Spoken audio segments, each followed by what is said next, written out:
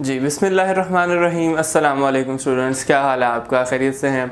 Lectures enjoy कर रहे हैं? अपना फीडबैक ज़रूर दिएगा। और अगर किसी हवाले से भी आपको समझ नहीं आ रही लेक्चर्स की, कोई ऐसा पॉइंट आपके जहन में है जो कि आपको जो है वो अभी तक क्लियर नहीं हुआ है इस इंग्लिश की क्लास 7th की बुक के हवाले से और प्रीवियस लेक्चर्स के हवाले से, तो आपने ज़रूर पूछना है, अपना फीडबैक देना है, ताकि आपकी जो है वो जो भी आपको प्रॉब्लम फेस हो रही है लेक्चर्स को समझने में, इंग्लिश की इस बुक को समझने में, चैप्टर्स को समझने में, या किसी एक क्वेश्चन को समझने में, या इवन के किसी एक वर्ड को समझने में, तो आपने ज़रूर बताना है, शेयर करना है नीचे कमेंट्स में, ताकि आप जो है वो उस प्रॉब्लम से निकल सकें और उसको ईजीली ग्रिप कर सकें।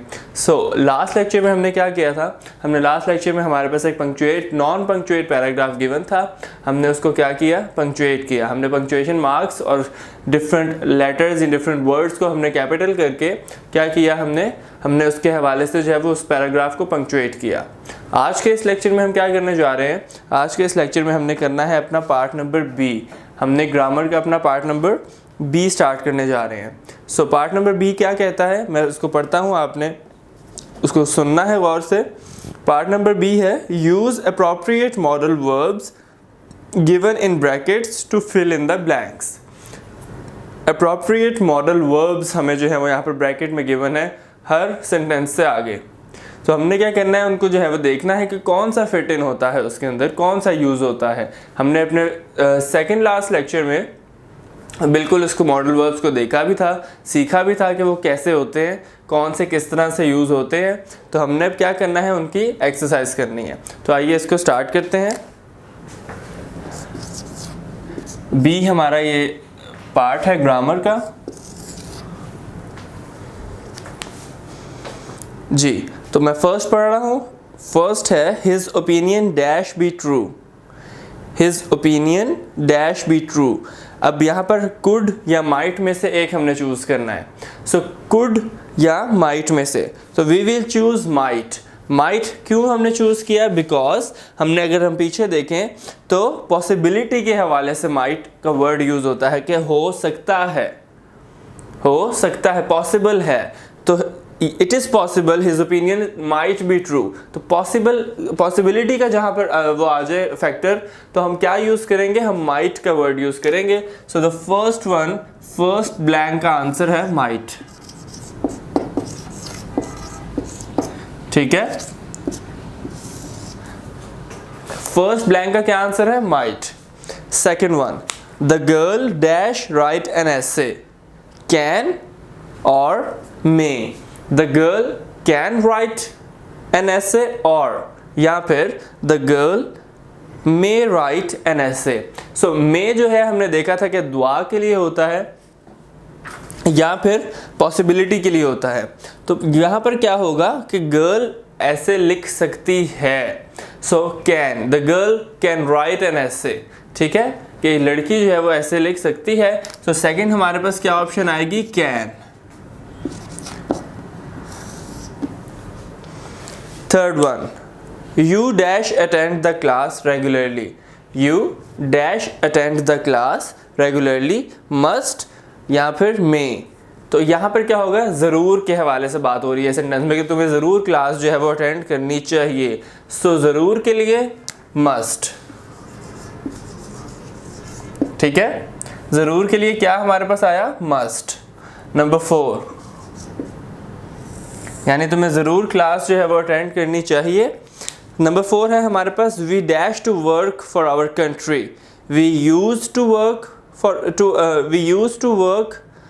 फॉर आवर कंट्री, या फिर we ought to work for our country.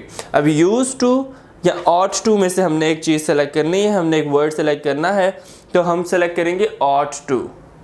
Ought to का जो वर्ड है वो किस लिए यूज़ होता है? वो होता है ऑब्लिगेशन के लिए, किसी चीज़ को अमल में लाने के लिए, किसी चीज़ की पैरवी के लिए। ऑब्लिगेशन, फॉर एग्जांपल जो हमारे पास पिछला ग्रामर का हमारे पास एक एग्जांपल थी, वो ऑब्लिगेशन में कैसे यूज़ हो रहा था कि children ought to help each other, या चिल्ड्रन जो है वो, बच्चे जो हैं वो दूसरों की मदद करना चाहते हैं, उनकी ख्वाहिश है। तो हम क्या करते हैं? अपने मुल्क के लिए काम करना चाहते हैं। We ought to work for our country. The fourth one is ought to. Fifth one, Fifth one is you dash work hard to attain good marks. You should work hard to attain good marks. Should easy है ये बहुत, because इसमें जो है वो उसको बता रहा है कि तुम्हें मेहनत करनी होगी, वर्क हार्ड करना होगा, किस लिए? To attain good marks. Number 6 is dash you show me the way to the airport. Dash you show me the way to the airport. कह रहा है कि क्या तुम मुझे एयरपोर्ट का रास्ता बता सकते हो? ये एयरपोर्ट का रास्ता बता सकते हो? क्या तुम मुझे एयरपोर्ट का रास्ता बता सकते हो? सकते हो means could. So we have two option. Would होगा फ्यूचर के लिए, बट ये प्रेजेंट की बात हो रही है, बता सकते हो. सो क्या हम यूज करेंगे? कुड यूज करेंगे. Could you. So the number 7th which is the second last one हमारे पास क्या है? ब्लैंक.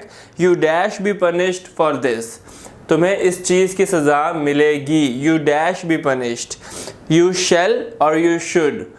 यू शैल या यू शुड. तो इसमें से कौन सा हम यूज़ करेंगे? You should be punished. ठीक है. अब शुड किस लिए आया है यहाँ पर? बिकॉज हमारे पास जो शुड है वो एक तो सजेशन के लिए भी यूज़ होता है, और दूसरा होता है किसी काम का फ्यूचर में होना और वाक़यतन ज़रूर होना. शैल होता है कि किसी काम का फ्यूचर में होना. यू शैल बी देयर, यानी आप वहाँ होंगे. But you should be there, आपको वहाँ होना चाहिए. सो किसी काम का वाक़यतन होना या किसी काम के पर जोर होना, तो वो हमारे पास होगा शुड. तो यहाँ पर था you should be punished for this, कि तुम्हें सज़ा मिलनी चाहिए इस बात पर. द 8th वन, आपने इन तमाम ब्लैंक्स को जो है वो फिल करना है अपने रजिस्टर्स में, अपने नोट्स में जो है वो उसको नोट डाउन करना है या अपनी बुक पर नोट डाउन करना है, और ख़ुद भी करना है और अपने फ्रेंड्स को भी करवाना है, ताकि आप भी जो है वो इससे फ़ायदा हासिल करें, और जो भी आपके साथ आपके फ्रेंड्स इस बुक को इन लेसन्स को कर रहे हैं वो भी जो है वो इससे फ़ायदा हासिल करें. So we are on our last blank.